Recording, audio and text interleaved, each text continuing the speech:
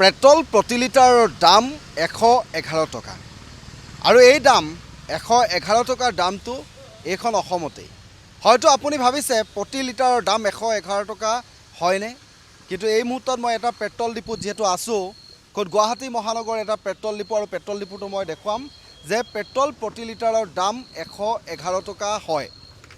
আমি যদি দেখুৱাওঁ পাৱাৰ 95 যিটো পেট্ৰল,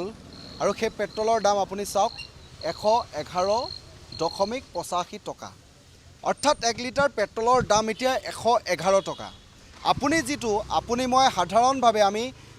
তেল ডিপুলৈ গ'লে আমি পেট্ৰল বুলি কওঁ, আমাক দিয়ে যিটো পেট্ৰল দিয়ে, যিটো এতিয়া বৰ্তমান এই সপ্তাহত দুবাৰকৈ দাম বৃদ্ধি হৈ 102 টকা হৈছে, এই পেট্ৰলটো দিয়া হয়। আৰু এই পেট্ৰলটোত 20% ইথানল সংমিশ্ৰণ থাকে, আৰু 20% ইথানল সংমিশ্ৰিত যিটো পেট্ৰল, সেই পেট্ৰলটো আমি সাধাৰণভাৱে এতিয়া 102 টকাত ক্ৰয় কৰিব লগা হৈছে। কিন্তু ইথানল সংমিশ্ৰণ এই পেট্ৰল আমাৰ বাহনবোৰৰ বাবেও ক্ষতিকাৰক, সেই সকলো হয়তো এই কথা নাজানে। কিন্তু এই ইথানল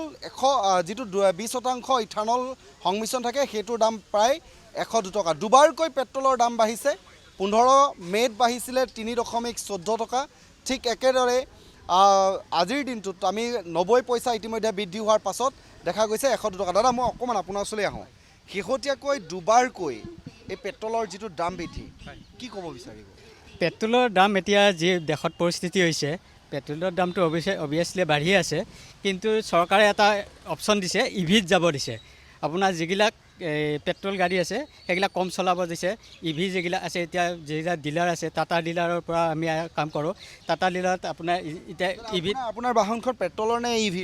মোৰ এতিয়া পেট্ৰলৰে চলি আছোঁ, কিন্তু দাম বঢ়াৰ পৰা এতিয়া বস্তুৰো দাম বাঢ়িব। ইভিত চলিছে নে পেট্ৰলত চলিছে? পেট্ৰলত চলি আছোঁ, কিন্তু ভাবিছোঁ মই চেঞ্জ কৰিম। হয়, কাৰণ এতিয়া প্ৰত্যেকটো বস্তু এটাৰ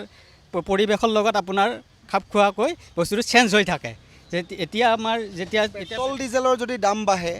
কেৱল পেট্ৰল ডিজেল বা আপোনাৰ বাহনখনৰ বাবে ক্ষতিকাৰক নে অত্যাৱশ্যকীয় সামগ্ৰীও ইয়াৰ বাবে মূল্য বৃদ্ধি হয়? এতিয়া এই বস্তুটো ৰোধ কৰিব লাগে নে নালাগে? এতিয়া আপোনাৰ পেট্ৰলৰ আগত ইথানল 20% আছিল, এতিয়া 85% কৰি দিছে। যিবিলাক গাড়ী ইঞ্জিন বনাব সেইটো 85%ত বনাব। এতিয়া যিবিলাক পুৰণা গাড়ী আছে সেইবিলাক কমানে যিবিলাক আপোনাৰ 85%ৰ পেট্ৰলটো ভৰাব, সেইবিলাক গাড়ী বেয়া হৈ আহি থাকিব। ধৰা হ'ল 6 মাহ চলোৱাৰ পিছত আকৌ ইঞ্জিনটো ভাল কৰিব লাগিব, আকৌ 6 মাহ চলোৱাৰ পিছত আকৌ ইঞ্জিনটো ভাল কৰিব লাগিব। সেইটোৱে চৰকাৰে যিবোৰ কাম কৰি আছে, কামবোৰ ভাল কাম কৰিছে নে বেয়া কাম কৰিছে? চৰকাৰৰ এইটো কামটো ঠিকে কৰি আছে, কিন্তু কিহৰ কাৰণে আপোনাৰ দাম বৃদ্ধি হ'লে আপোনাৰ প্ৰভাৱ একো নহয়? দাম বৃদ্ধি হ'বই, কাৰণ দেশত যদি দাম বৃদ্ধি হয় আমাৰ ইয়াতে হ'বই, কাৰণ দেশৰ লগত এইটো এডজাষ্ট কৰে ন, সেইটো কাৰণে। কিন্তু চৰকাৰে ইয়াৰ বিপৰীত এটা ওলাইছে, ইলেক্ট্ৰিকেল বাহন চলাব দিছে। মোদীয়ে এতিয়া কৈছে ইলেক্ট্ৰিকেল বাহন চলাব দিছে। এতিয়া মানুহখিনি এতিয়া ইলেক্ট্ৰিকেলত যায়, সেইটোৱে মই কামনা কৰোঁ। দাদা, আপুনিও পেট্ৰল ভৰাবলৈ আহিছে, যথেষ্ট দাম বৃদ্ধি হৈছে, সপ্তাহত দুবাৰকৈ দাম বৃদ্ধি হৈছে, কি ক'ব বিচাৰে? দাদা, এটাই কথা কওঁ, অন্ধভক্তই লাগিলে 1000 টকা হৈ যাওক, তাক কোনো ফৰক নপৰে। এতিয়া আমি ঠিক আছে চলাই আছোঁ, এতিয়া আপোনাৰ 102 টকা হ'ল। আমাৰ এতিয়া গাত লাগিছে, চৰকাৰখনক আমি ভোট দি জিকাইছোঁ কিহৰ কাৰণে? বস্তু পাতিৰ দাম কমিবৰ কাৰণে। আজি চাওক, পেট্ৰলৰ ডিজেলৰ যদি দাম বাঢ়ে, খাদ্য সামগ্ৰী কঢ়িয়াই অনা বস্তুবিলাকৰো দাম বঢ়াব। গতিকে এতিয়া চাওকচোন, গোটেই আপোনাৰ আণ্ডা, ব্ৰেড, চেড ইত্যাদি ইত্যাদি সকলো ধৰণৰ বস্তু বাঢ়িছে। চৰকাৰক আমি সেইটো কাৰণে ভোট দিয়া নাই। এতিয়া এখেতে কৈছে ইলেক্ট্ৰনিক ইলেক্ট্ৰনিক কিনিবৰ কাৰণেতো পইচাৰ প্ৰয়োজন ন, যদি পইচা নাহিব ক'বা? যদি আপোনাৰ তেলৰ ইমানেই দাম হয়, যদি আপোনাৰ ডিজেলৰ ইমানেই দাম হয়, আপোনাৰ গৰীব মানুহ চলিব কেনেকৈ? আমি চৰকাৰক সেইটো কাৰণে ভোট দিয়া নাছিলোঁ নহয়। আমাক খালি চৰকাৰক সেইকাৰণে ভোট দিছিলোঁ, আমাৰ যাতে বস্তু পাতিৰ দাম কমক, আমি ভালকৈ চলিব লাগে, সেইটো কাৰণে আমি ভোট দিছিলোঁ দাদা। কিন্তু কি কৰিম এতিয়া, উপায় নাই আৰু। নিশ্চিতভাৱে চাওক, প্ৰতিগৰাকী লোকৰ পৃথক পৃথক মন্তব্য আছে, আৰু এই মুহূৰ্তত আমি কৈছোঁ যে এই পেট্ৰল ডিজেলৰ যি ধৰণৰ সুৰাসুৰে যি দাম বৃদ্ধি, সেয়া মধ্যপ্ৰাচ্যৰ যি যুদ্ধৰ পৰিৱেশ, ইতিমধ্যে দক্ষিণ এছিয়াৰ যি যুদ্ধৰ পৰিৱেশ। দাদা, আপুনিও পেট্ৰল ভৰাবলৈ আহিছে, কি ক'ব বিচাৰিব? দাম যিহেতু দুবাৰকৈ বাঢ়িছে সপ্তাহতে। এইটোতো গম পাওঁ, কিন্তু উপায় নাই, কি কৰিম আৰু। চৰকাৰে বঢ়াইছে, চলিব আৰু। এতিয়া চৰকাৰলৈ কি আহ্বান থাকিব? আৰু কি কম, বঢ়াব লাগে নে কমাব লাগে? এনে 2-3 টকা বঢ়াইছে, একো নহয়, আৰু বেছি বঢ়ালে অলপ দিগদাৰ লাগব। এতিয়া একো হোৱা নাই। 2-3 টকা বঢ়িছে আৰু কি হ'ব? একো নহ'ব, হোৱা নাই আৰু কি হ'ব, উপায় নাই আৰু। নিশ্চিতভাৱে চাওক আমি কৈছোঁ যে ইয়াত যথেষ্ট লোকৰ ইতিমধ্যে এনেদৰেই আহে প্ৰতিদিনাই তেওঁলোকে পেট্ৰল ডিজেল ভৰাইছে আৰু শেহতীয়াকৈ যিহেতু কৈছোঁ যে সপ্তাহত দুবাৰকৈ যিটো পেট্ৰলৰ দাম বৃদ্ধি হৈছে আৰু আমি যিটো কথা কৈছোঁৱেই যে ইথানল সংমিশ্ৰিত যিটো পেট্ৰল সেইটোৰ দাম আজিৰ দিনটোত 102 টকা আৰু যিটোত 20% ইথানল সংমিশ্ৰণ হৈ আছে সেইটো আৰু 25%লৈকে বৃদ্ধি কৰাৰ পৰিকল্পনা আছিলে কিন্তু এই মুহূৰ্তত আমি আন এটা দৃশ্য দেখাইছোঁ যিটো 10% ইথানল সংমিশ্ৰণ থাকে সেইটোৰ দাম হৈছে 111 টকা সপ্তাহত দুবাৰকৈ যি ইথানল সংমিশ্ৰিত হওক বা পেট্ৰল যি ধৰণৰ দাম বৃদ্ধি সেই দাম বৃদ্ধিৰ বাবে কিন্তু বাণিজ্যিক বাহনেই হওক বা সাধাৰণ লোকৰ যথেষ্ট অসুবিধাৰ সন্মুখীন হৈছে যিহেতু এইসকল অটো চালকে দিনটো তেওঁলোকে ভাড়া মাৰে আৰু তেওঁলোকৰ ক্ষেত্ৰত ইতিমধ্যে আচলতে যথেষ্ট অসুবিধাৰ সন্মুখীন হ'ব লাগিব দাদা মই অকণমান আপোনাৰ ওচৰলৈ আহোঁ পেট্ৰল ডিজেলৰ শেহতীয়াকৈ দুবাৰকৈ যি দাম বৃদ্ধি হৈছে আপোনালোকে কি ক'ব বিচাৰিব চৰকাৰক কি আহ্বান জনাব এইটো পেট্ৰলৰ ভাল হয় আৰু মানে ক'ব বিচাৰোঁ কাৰণ আমাৰ গাড়ী চলোৱা বহুত প্ৰব্লেম হৈ গৈছে হেৰি সেইখিনিয়ে ক'ব লগা আছে নিশ্চিতভাৱে চাওক প্ৰতিগৰাকী লোকে এটা কথা কৈছে যে দাম হ্ৰাস কৰিব লাগে আৰু এই মুহূৰ্তত যিহেতু আমি কৈছোঁ যে মধ্যপ্ৰাচ্যৰ যুদ্ধৰ যি পৰিৱেশ আৰু সেই পৰিৱেশৰ দোহাই দি বাৰে বাৰে ইতিমধ্যে তেওঁলোকে এই পেট্ৰল ডিজেলৰ দাম বৃদ্ধি কৰি আছে আৰু প্ৰধানমন্ত্ৰীগৰাকীও যথেষ্ট আহ্বান আছিলে যে প্ৰধানমন্ত্ৰীগৰাকীয়ে কৈছিল যে পেট্ৰল ব্যয় সংকোচন কৰিব লাগে আৰু পেট্ৰল ব্যয় সংকোচন কৰিবৰ বাবে যিখিনি ব্যৱস্থা গ্ৰহণ কৰিব লাগে তেওঁ কৈছে যে পৰাপক্ষত তেওঁলোকে ৰাজহুৱা বাহন চৰকাৰী বাহন বা এই ইলেক্ট্ৰিক বাহন ব্যৱহাৰ কৰিবলৈ কোৱা হৈছিলে আৰু ঠিক একেদৰে দাদা মই অকণমান আপোনাৰ ওচৰলৈ আহোঁ দাদা কি ক'ব বিচাৰিব চৰকাৰখনক যিহেতু দুবাৰকৈ দাম বৃদ্ধি হৈছে কি ক'ম আৰু মানে ক'বলৈ ভাষাই নাই চৰকাৰে সদায় বঢ়াই আছে বস্তু দাম চব দামে কি কৰিম উপায়টো নাই আচলতে ৰাইজৰ মূৰত মাধৰ মাৰ দি আছে কি ক'ম আৰু সেইটো বিষয়ে হ'ব দিয়ক চাওক এই ক'বলৈও কাৰো ভাষা নাই আচলতে এনেধৰণে দাম বৃদ্ধি হ'লে সকলোৰে ওপৰত এটা প্ৰভাৱ পৰে কাৰণ প্ৰত্যেকেই প্ৰতিটো বস্তুৰ ওপৰতে নিৰ্ভৰশীল হৈ থাকিব লাগে তেওঁলোকৰ জীৱন জীৱিকাৰ বাবে তেওঁলোকে এনেদৰে বাণিজ্যিক বাহন চলাই তেওঁলোকে চলাচল কৰিব লাগে বা যাত্ৰী কঢ়িয়াব লাগে চৰকাৰখনে যদিও আহ্বান জনাইছে বা প্ৰধানমন্ত্ৰীগৰাকীয়ে যদিও আহ্বান জনাইছে যে বৈদ্যুতিক বাহন দাদা মই অকণমান এই দুবাৰকৈ সপ্তাহত দুবাৰকৈ দাম বৃদ্ধি পাইছে কালিৰ দিনটোত আকৌ 90 পইচাকৈ বৃদ্ধি হৈছে পেট্ৰল ডিজেলৰ দাম বৃদ্ধি হোৱাৰ লগে লগে প্ৰতিটো অত্যাৱশ্যকীয় সামগ্ৰীৰ দাম বৃদ্ধি হয় এইটো কি ক'ব বিচাৰিব চাওক দাদা ইলেকশ্যনৰ আগতেতো চৰকাৰ গভমেণ্টে কৈ দিয়ে যে বস্তু পানীৰ দাম কমাব আৰু বহুত কিবা কিবি দিয়ে ইয়াতে কিন্তু যেতিয়া ইলেকশ্যন যায় তেতিয়া আৰু মানে বস্তু পানীৰ দাম বাঢ়ি যায় এতিয়া আমি সাধাৰণ মানুহ হিচাপে আমি ধৰক আজিকালি যিটো বস্তুৰ দাম হৈছে আমি মানে খোৱাটোই টান হৈ গৈছে এতিয়া তেল ভৰাব গ'লে আমি ধৰক কামত যাব লাগে কামত আমি দৰমহা পানী ক'ত কিমান পাওঁ ধৰক 10,000 15,000 টকা পাওঁ সেইটো দি কেনে আমি পৰিয়াল চলাম সংসাৰ চলাম না এতিয়া ধৰক আমাৰ বাহনটোতো লাগিবই এইটো নহ'লে আমি কামত কেনেকৈ যাম এতিয়া এইটো যদি আমি বন্ধ কৰি দিওঁ ভাড়া লৈ যাওঁ ভাড়া ল'বলৈ 50 টকা 60 টকা এইটোতো আমি দিব নোৱাৰিম এতিয়া মানে আমাৰ সাধাৰণ মানুহৰ কাৰণে বিৰাট টান হৈ গৈছে এতিয়া আমি চলাটোই টান হৈ গৈছে এতিয়া কেনেকৈ চলিম গভমেণ্টে যদি আমাৰ কাৰণে অলপ চিন্তা নকৰে নেক্সট আমি তাৰমানে বাচি থকাটোই টান হৈ গৈছে বৈদ্যুতিক বাহন ব্যৱহাৰ কৰিবলৈ কৈছে তো বৈদ্যুতিক বাহনটো আমাৰ ধৰক পইচাটোতো থাকিব লাগিব ন কিনিবলৈ আমাৰ পইচাটো থাকিব লাগিব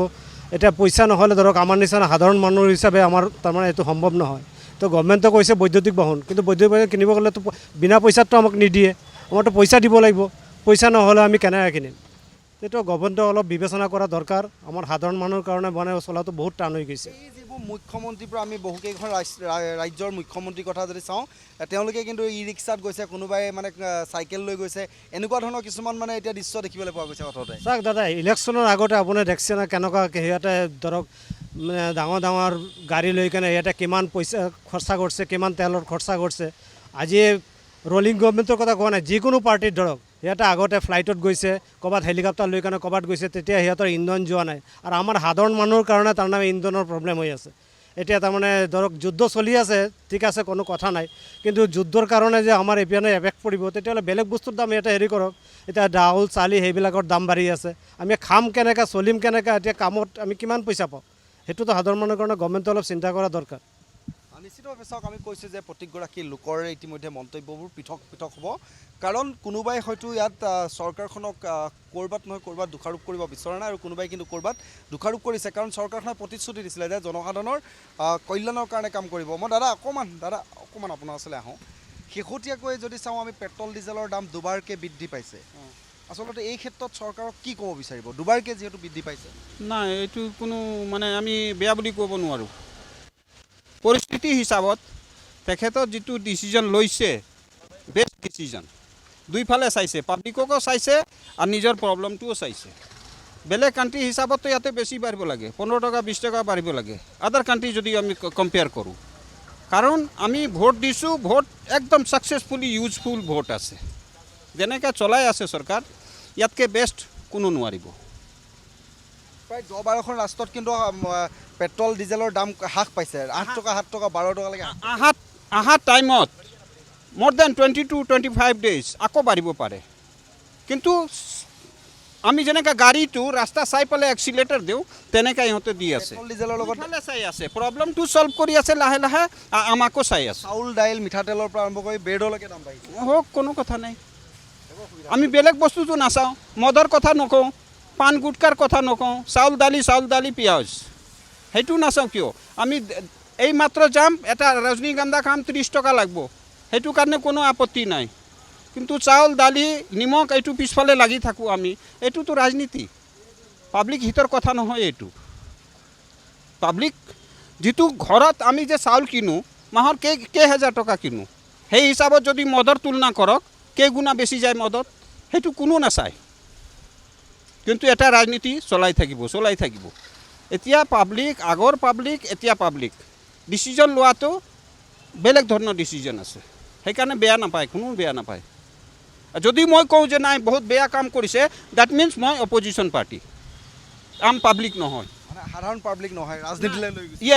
য়েছ নিশ্চিতভাৱে। বেষ্ট আমি যিটো কোনো পাৰ্টি আমাক ভাত নোখোৱায় যিজন বেষ্ট কাণ্ট্ৰি চলাব আমি তাক ছাপোৰ্ট কৰিম সেইটোৱে আমাৰ উদ্দেশ্য নিশ্চিতভাৱে চাওক আমি কৈছোঁ যে প্ৰত্যেকৰে মন্তব্যবোৰ পৃথক পৃথক হ'ব আৰু প্ৰত্যেকে দাম বৃদ্ধিক লৈ বিভিন্ন ধৰণে মতামত আগবাঢ়িছে দাদা মই অকণমান আপোনাক আহিছোঁ শেহতীয়াকৈ দুবাৰকৈ যি পেট্ৰল ডিজেলৰ দাম বৃদ্ধি হৈছে লগতে অত্যাৱশ্যকীয় সামগ্ৰীৰো মূল্য বৃদ্ধি হৈছে এই ক্ষেত্ৰত কি ক'ব বিচাৰিব এইটোৱে ক'ব বিচাৰিছোঁ প্ৰথমতে অলপ প্ৰথমতে চব বস্তু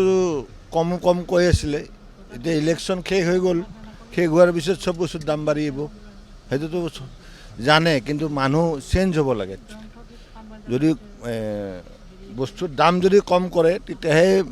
মানুহ নেক্সট বাৰ সি জিকিব পাৰিব যোনে হওক এইবাৰ তেওঁ CM হৈছে মধ্যপ্ৰাচ্যৰ যুদ্ধৰ কথা কৈছে যুদ্ধৰ বাবে দাম বৃদ্ধি হৈছে বুলি কৈছে মধ্যপ্ৰাচ্য কি আগতে যদি বস্তুখিনি ক্লিয়াৰ কৰিলে হয় যে আমি দাম নাবাঢ়াওঁ তেতিয়াহ'লে হ'ল হয় প্ৰথমতে আপোনাৰ এই কমাৰ্চিয়েল গেছৰ দাম বাঢ়াই দিছে তাৰপিছত এতিয়া লাহে লাহে চব বস্তুৰ দাম বাঢ়াই দিব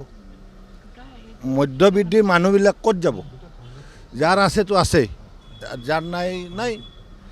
সি সেনেকৈ চলিব থকা মানুহৰ কোনো প্ৰব্লেম নহয় মাজৰ মানুহবিলাক কোনো চাকৰিয়ালৰ পইচা বাঢ়িব নেকি নাবাঢ়ে নহয় সেইটোৱে কথা